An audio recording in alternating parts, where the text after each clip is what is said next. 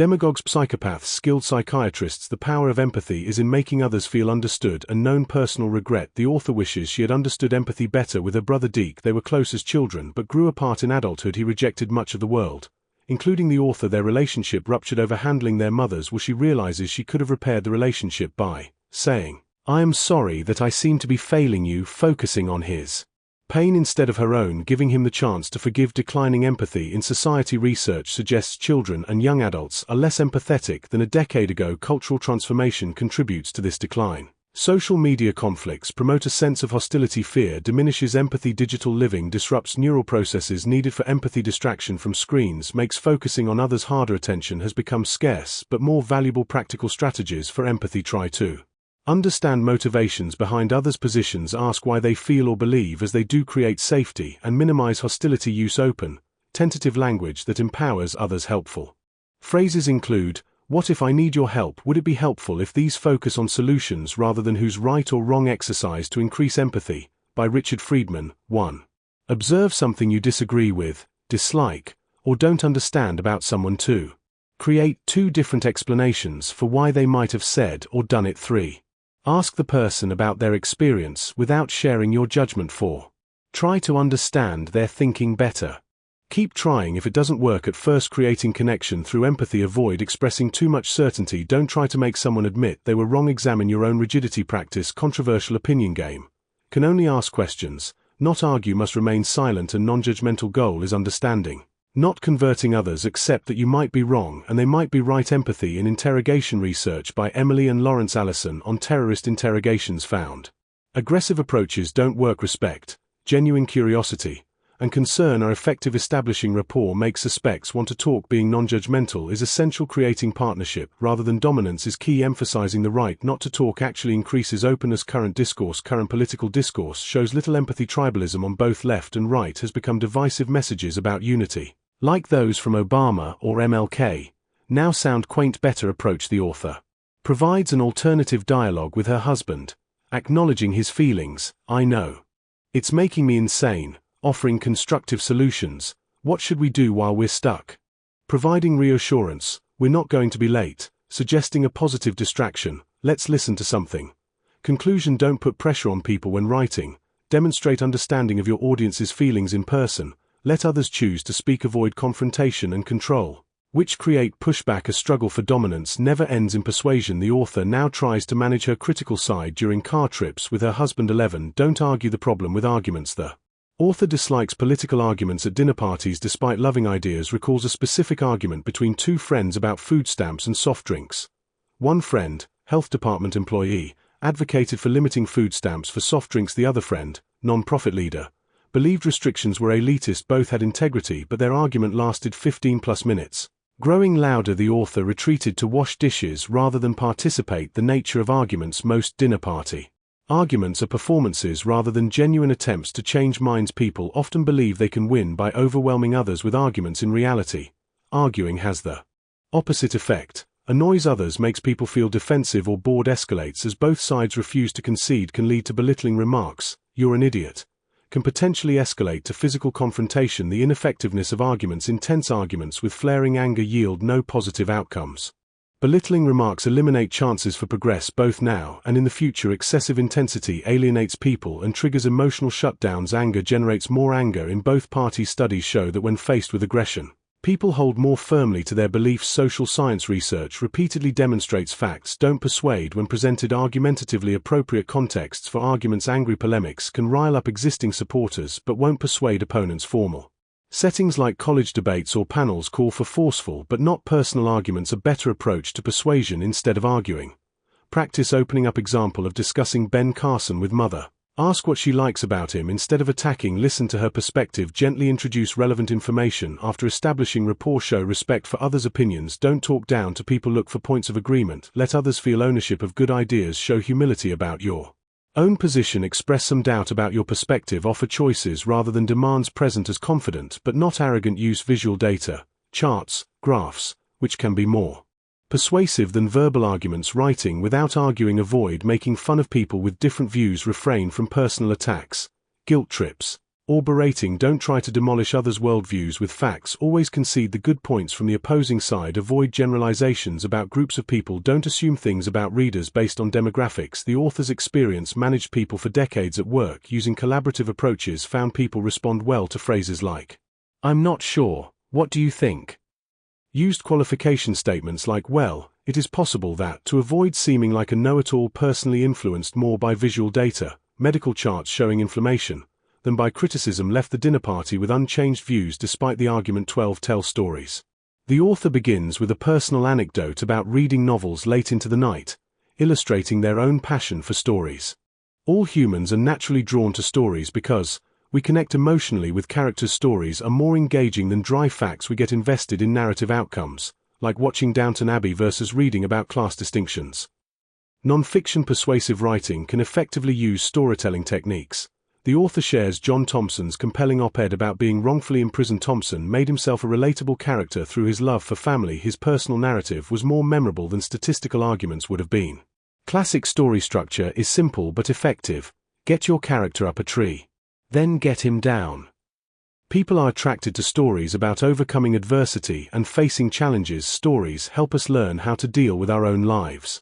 Stories are neurologically powerful. When engaged in a story, the listener's brain synchronizes with the storyteller's. Stories have historically been used to preserve and share information. We remember narratives better than lists of facts.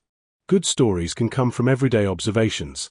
The author describes how they found story ideas at parties and in daily life. They share an example of witnessing a mother scolding a child over a dropped phone. Listening attentively helps collect potential stories. Research confirms stories can change minds. People often trust anecdotes more than statistics, which can be seen as elitist. Studies show movies like The Rainmaker influence viewers' opinions on health policy. Comedians like Jimmy Kimmel have used personal stories to impact political discourse. Stories help us make sense of our lives. As we age, we create narratives about our experiences. We reframe challenges as meaningful parts of our life. Stories define us more than statistics do. Tips for creating effective stories in writing.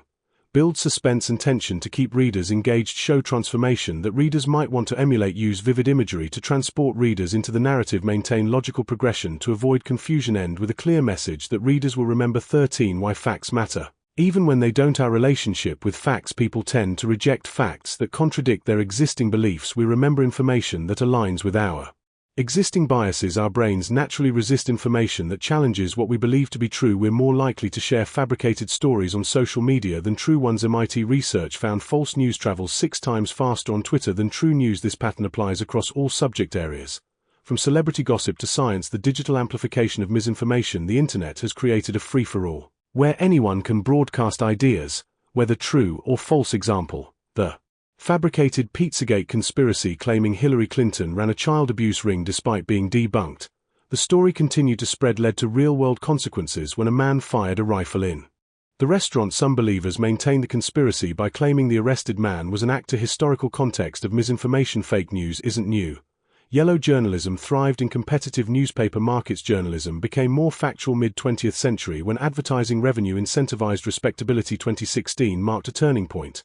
Oxford Dictionaries chose post-truth as word of the year. Both Brexit and Trump elections were filled with lies that voters didn't seem to care about. Facts sometimes backfired, making people cling more strongly to existing views. The author's relationship with facts. As a journalist in the 1970s, the author was inspired by Woodward and Bernstein, had a passion for facts and feared making mistakes. Worked for publications that emphasized factual accuracy. Was devastated by a fabrication incident in 2008. Had to adapt as digital journalism spread. Continuous publishing meant accepting a rough draft of journalism. Accuracy still matters, but speed sometimes takes precedence. Social media and personal truth. Digital technology has made everyone publishers of their own truths. Facts still matter in certain contexts, like criminal trials, but coexist with complex social truths. The psychology behind fact resistance. Facts have always been less important than feelings. What's new is our ability to broadcast falsehoods widely. Research shows people disregard facts when forming opinions. We give outsized attention to events that confirm our beliefs, e.g., crimes by immigrants. Both educated and uneducated people defend beliefs by rejecting challenging facts. Corrections of misinformation often backfire, making People believe false information more strongly. We avoid facts that might make us uncomfortable and seek information that supports our existing beliefs. Evolutionary explanation. Our tendency to ignore obvious truths may serve an evolutionary purpose according to the knowledge illusion. Fernbach and Sloman. Individually, humans know very little. We depend on others' knowledge to function. Information sharing is efficient. Allowing specialization, we naturally prefer simple answers requiring minimal effort. Consequences of fact resistance. Rejection of scientific evidence can have dangerous outcomes, e.g. anti-vaccination movement. Repetition makes false statistics become embedded in our brains. Example: post 9/11 response. US spent $2+ trillion on Middle East wars, took no action against Saudi Arabia despite many attackers being Saudi. Emotional need for action overrode factual considerations. Fear and perception. Americans fear terrorism disproportionately to car accidents, despite car accidents being far more likely to kill. A society-wide fear after 9/11 led to militarization and perpetual war.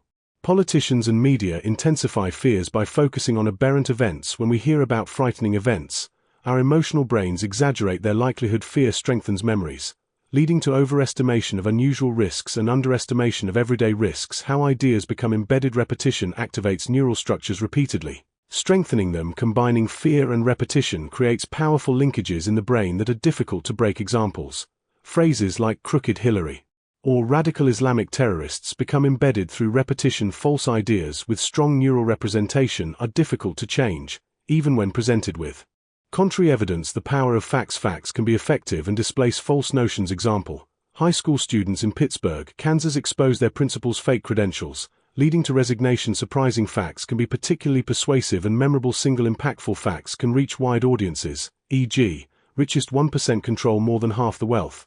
Facts have changed behavior over time. Millions have stopped smoking, started exercising, reduced soda consumption. Facts need support. Facts rarely change behavior on their own. Effective persuasion pairs facts with peer pressure, social norms, and emotional appeals. People see consumption choices as expressions of values and tribal identity. Surprising facts can change minds when they're new to the audience. Example: the author was shocked by an op-ed about U.S.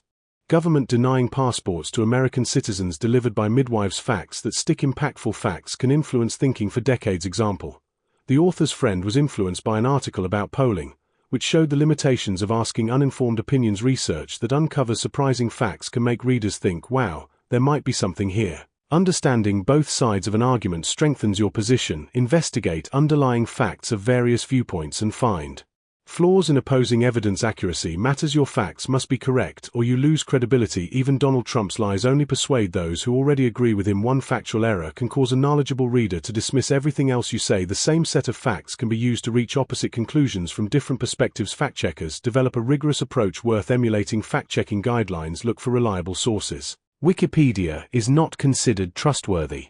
Find several sources for each critical fact. Watch for typos, transposed numbers, and mathematical errors. Avoid random blogs. Rely on academic research and government reports. Use specialized sources like Google Scholar, not just regular search results. Read original academic articles, not just summaries. Be skeptical of information from sources with financial interests. Question facts that seem too good to be true. Challenge facts you agree with more than those you disagree with. Look for consensus among experts in a field. Use stories to enliven writing, but avoid generalizing from anecdotes. The nature of belief. Humans are contradictory. We share dubious stories but love catching errors. Misleading headlines and clickbait hurt credibility over time. Facts can have delayed effects as emotional associations fade. The Iraq WMD example: people continued believing false information because they wanted to believe their president. When emotions fade, people become more open to different realities. The most persuasive writing combines passion, power, and indisputable facts. 14. Focus. Be specific. Prune and kill the jargon. Core writing principles. Focus on one or two big ideas rather than trying to cover too much ground. Be specific and use concrete details that illuminate your points and create memorable imagery. Prune ruthlessly to eliminate unnecessary words and simplify complex sentences. Avoid jargon that makes writing unintelligible to those outside your field. On simplicity and clarity. Simplicity in writing is deceptively difficult to achieve. Complex sentences often indicate that the writer doesn't understand the subject well enough. Using unnecessarily long words doesn't make a writer appear smarter. Referenced in Professor Oppenheimer's research, ancient writers like Cicero were masters of clarity and concise expression. Article length. The ideal length depends entirely on reader engagement. Keep readers' attention until they're bored, which could be after one sentence or 3,000 words without compelling storytelling elements, love, war, conflict, etc. Brevity is preferred. Each word should help the sentence and move the idea forward. Common writing mistakes. Writing that is too general and sweeping says nothing meaningful. Generalities numb readers, while specific details bring writing to life. Complicated sentences are difficult to follow. Jargon limits your audience and creates barriers to understanding reader psychology. Readers have short attention spans and struggle to process multiple points simultaneously. Dense writing with little space between thoughts is difficult to assess. For persuasive writing, focus on specific, surprising aspects rather than demonstrating breadth of knowledge. Use your expertise as a foundation for making specific, focus points. Techniques for good writing. Get to your point quickly. Use memorable images and concrete examples. Write to the appropriate length for your audience or assignment. Use conversational language that's accessible to everyone. Examples of good writing. Cicero's paragraph on 6 mistakes mankind keeps making. Critic Dwight Garner's review with the image of a state trooper knocking at 3 a.m. Nafisa Raji's tweets comparing consent to borrowing money. Examples of poor writing. Overcomplicated descriptions of California wildfires. Legal documents like warranties that require human interpretation. Business jargon that becomes meaningless. Take a view and put a stake in the ground because we have some skin in the game. On jargon. Jargon defines group identity but alienates outsiders. Most people don't realize they're using jargon. Every industry, company, and even family has their own shorthand. Fear of sounding stupid prevents many from asking for clarification. Problems with jargon. Jargon is efficient within specific contexts but confusing to those outside those contexts. Jargon prevents natural, conversational communication. People using jargon often don't realize how inaccessible their language is to others. Specialized language in finance, medicine, government, legal, and tech fields creates unnecessary barriers. Documents like bank statements, mortgage papers, insurance policies, and tech agreements are deliberately complex. Legal jargon forces people to hire lawyers for simple matters like house purchases or wills. Tech companies use confusing agreements about personal information that most users can't understand. Examples of poor communication. Academic writing is particularly prone to jargon. A satirical example shows how academics from different disciplines struggle to communicate with each other. Government documents often use unnecessarily complex language. Business communications and press releases frequently rely on empty buzzwords and phrases. Many commonly used business phrases could be expressed more simply. Benefits of clear communication. Government's Plain Language Initiative demonstrates how complex ideas can be expressed simply. Editors work to translate jargon-filled submissions into accessible language. Clear communication reaches broader audiences. Simple edits can transform confusing text into understandable content. Logical flow in communication. Clear communication requires logical progression of ideas. Emotional appeals must still follow logical reasoning. Flawed logic undermines otherwise compelling arguments. Tips for better writing. Watch for overused phrases and buzzwords. Eliminate unnecessary words. Remember that jargon is only appropriate when communicating with peers. Get distance from your writing before finalizing it. Review your work the next day with fresh eyes. Allow your brain time to rest between writing and editing. 15. Coming up with ideas. The importance of original ideas. Finding novel ideas is the hardest part of writing. Originality is critical because people ignore ideas they've heard before. Creative thinking is rare in society. Research by Kyung-Hee Kim suggests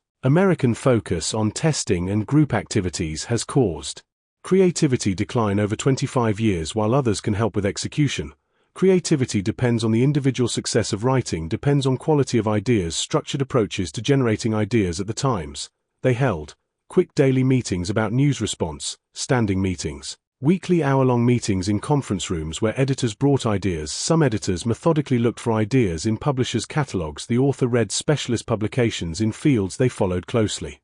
Creating deadlines for ideas forces work that leads to creativity. The author required phones off and laptops closed during idea meetings. How ideas emerge. Ideas can come from multiple sources.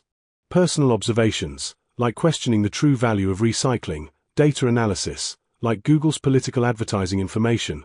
Passing comments, like learning about Africa's future population growth. Everyday conversations with regular people. Writer Kate Murphy avoids social media to prevent rehashing common topics. Murphy initiates conversations everywhere she goes to find fresh ideas. Everyday people, not officials or journalists, can be valuable inspiration. Developing original perspectives. Must research to ensure your take is original. Need to know what is known before presenting a new angle. Should understand the accepted wisdom before disputing it. Should account for opposing arguments. Can take perennial topics and make them fresh, like Tim Kreider's The Busy Trap. Look for surprising information that challenges reader assumptions. Personal experiences can relate to news in unique ways. Go deeper than surface-level observations. Examples of successful ideas. Peter Catapano's questioning of recycling benefits led to a Sunday cover story. Kendall Collins's op-ed on Democrats' underuse of digital ads. Kate Murphy's article on whether your friends really like you. Tim Kreider challenging the notion of business as a true problem. Caitlin Flanagan's perspective on the Aziz Ansari controversy. Benedicta Sepola's piece on married Catholic priest Sloane Crosley's fresh take on women apologizing. Finding ideas in everyday life. Put down your phone and have real conversations. Observe people in coffee shops, libraries, and public spaces. Listen attentively to discussions around you. Notice changes in behavior patterns, like a mother with a baby and phone. Be present to catch unexpected insights, like the grazing food trend. Listen and watch. And if you're ready for that moment, you can tease out something novel. 16. How to please editors. What editors want. Editors primarily want one of three things: to be surprised by something, to be given a new perspective on an old problem, to be delighted and impressed by the writing being easy to work with. Editors appreciate writers who answer emails immediately, prioritize editorial requests, don't complain about edits, help with administrative tasks, reminders, corrections, make the editor's job easier. Difficult writers can succeed if their work is exceptional, but cooperative writers are more likely to be asked back. Common reasons for rejection. Articles are too long. Articles need too much editing work. Content isn't surprising enough. Writing style overshadows content. Too dazzling. Opinion pieces lack clear logical arguments or conclusions. Content is nice but inessential. The subjective nature of editing. Evaluating writing is highly subjective. Different editors have different preferences. Publication often depends on which editor reviews the piece. Editors can seem harsh when discussing submissions privately, e.g., categorizing pieces as mom stories or depressed man stories. Editors rarely explain rejections due to time constraints. The op-ed process at the New York Times daily 10:30 a.m. meetings to discuss ideas, and news editors often start engaging with news earlier, 7 a.m. or before. Content was a mix of solicited and unsolicited articles. Staff used shorthand like NMR, no more readers. 4 pieces that wouldn't work. Editors sought angles the newsroom wouldn't pursue. Regular contributors were tapped when they seemed best suited for a topic. How to write and pitch an op-ed. Know what has been published and find a different angle. Make a clear argument and offer solutions, not just analysis. Focus on a central, sharply rendered point. Get to your main idea quickly. Start with what you'd tell someone at a party. Submit timely content without delay. Aim for 2 weeks ahead for anniversary pieces. Think carefully about paragraph order and flow. Avoid cliches, jargon, and obvious arguments. Don't be blatantly self-promotional. Ensure logical flow so readers don't need to reread passages. Final advice: study successful examples of your chosen writing form. Analyze popular writing to understand why it works. If you consistently prioritize pleasing readers, you'll eventually find an editor who wants to publish your work. Part 5. The Psychology of Persuasion. 17. We believe what we believe. Our attachment to beliefs. We all cling to our ideas and beliefs, making opinion change difficult. We tend to think we're smart and well-informed, making us confident in our viewpoints. We resist other perspectives due to fundamental psychological reasons. Both conservatives and liberals dislike having their positions challenged. We perceive challenges to our beliefs as threats, creating discomfort. Confirmation bias. We're better at finding flaws in others' arguments than seeing weaknesses in our own. We pay more attention to evidence supporting our existing beliefs. We ignore evidence contradicting our beliefs. Confirmation bias. We actively seek information confirming what we already believe. This tendency strengthens our opinions over time. Community and group identity. We enjoy being around those who share our opinions. We look for like-minded communities both in real life and online. Example: Paul Krugman's readers comment because they want to be part of a community with similar thinking. We put significant effort into rebutting views that emotionally disturb us. When our beliefs are challenged, we advocate for them even more strongly. Evolutionary benefits of tribalism.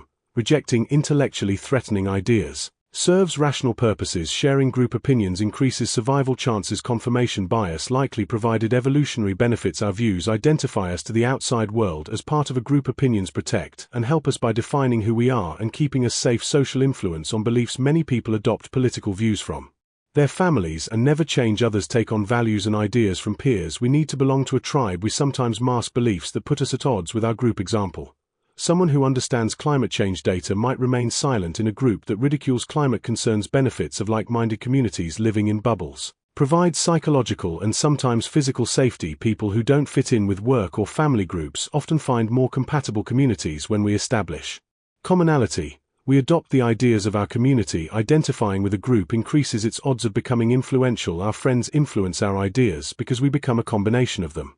Formation of beliefs. Most people don't base opinions on detailed expert readings. Belief formation isn't rigorous evaluation of information for and against issues. It's more emotional than rational. Jonathan Haidt argues we start with feelings and then find reasons to support existing beliefs. Haidt's research shows familiarity lessens divisions between groups. The power of proximity and conformity. People are more likely to become friends with those physically closer to them, having even one friend from another political party reduces partisan hatred. Familiarity generally increases liking. Applies to people, furniture, animals. We're biologically hardwired to follow others. Despite thinking we're individuals, we conform to tribal thinking to avoid standing out. Social proof. People are more likely to do something when they see others doing it. This explains preferences for busy restaurants and the power of celebrity endorsement. Study example.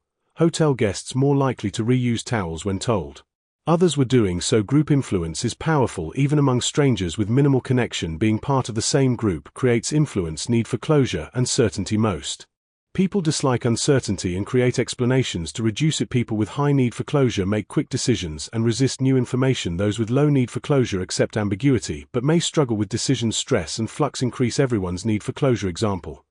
Post 9/11 support for President Bush increased due to uncertainty avoidance. The power of ideology once established. Ideology is powerful and resistant to change. Drew Weston's research showed logical brain function stopping when confronted with contradictions from preferred candidates. Both liberals and conservatives analyze problems to get emotionally satisfying answers. Higher intelligence can actually increase polarization rather than convergence on scientific evidence. University of Winnipeg study showed people will forfeit money to avoid opposing viewpoints. Resistance to change. We avoid holding opposing beliefs simultaneously. We find it unpleasant to acknowledge different worldviews. People don't like to regret choices or admit mistakes. It's psychologically comfortable to maintain existing beliefs. We don't understand why others don't abandon what we see as obviously wrong ideas. How beliefs eventually change. People do change beliefs despite resistance eventually. Overwhelming evidence makes the contrast between belief and reality unbearable. When beliefs flip, people rarely admit the change. People rewrite their own history to maintain belief consistency. Example.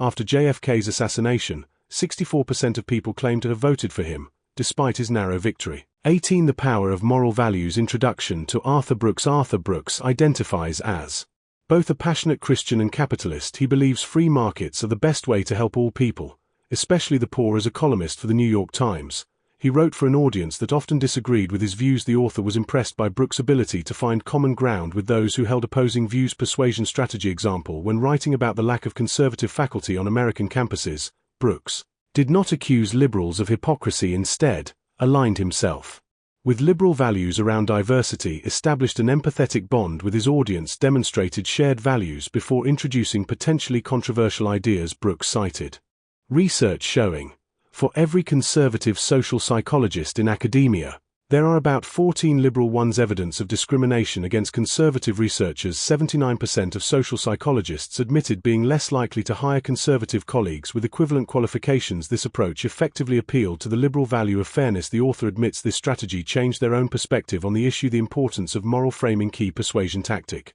Address audiences through their values, not yours. Research suggests moral values influence ideas and votes more than gender, race, wealth, education, party affiliation. People strongly support viewpoints that confirm their moral feelings. Understanding your audience's moral framework is essential for persuasion. You can't expect people to change their basic values. Moral differences between liberals and conservatives. Liberals generally prioritize equality, fairness. Conservatives generally prioritize loyalty, patriotism, respect for authority, moral purity. Republicans associated with the sacred, Democrats associated with the secular and material interests. Some psychologists link value differences to parenting styles. For conservatives, equality and personal autonomy are less important than family values. Research on moral framing. Arguments are more likely to be accepted when framed according to audience values. People typically argue from their own moral perspectives. Research by Stanford's Rob Willer and Toronto's Matthew Feinberg shows people rarely frame arguments from opposing viewpoints. Only 9% of liberals could make a same-sex marriage argument. Appealing to conservative values. Only 8% of conservatives could make an English as official language argument. Appealing to liberal values. Experiment on military spending showed